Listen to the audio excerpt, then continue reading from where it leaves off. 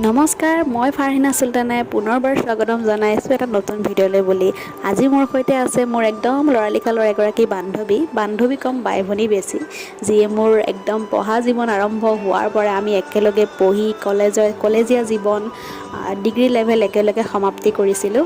আৰু এতিয়া দুইজনীয়ে পঢ়া যিহেতু ছেপাৰেট হ'ল, সেইটো কাৰণে টাইম দিব নোৱাৰা হ'লোঁ ইজনীয়ে সিজনীক। গতিকে আজি অকণমান টাইম থকাত দুইজনীয়ে ফোন কৰি ক'লোঁ যে ব'ল আজি যেনেকেই নহওক আমি ওলাই যাম।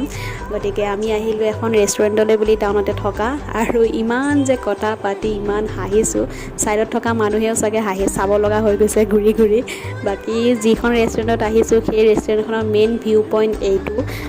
যিমান মানুহ আহে কোনো চাগে ফটো নুঠাকৈ বা ভিডিঅ' নকৰাকৈ নাযায়ে। আৰু তেনেকুৱাতে আহি গ'ল আমাৰ খানা, আৰু খাই মেলি আমি তাৰ পৰা ওলাই আহিলোঁ।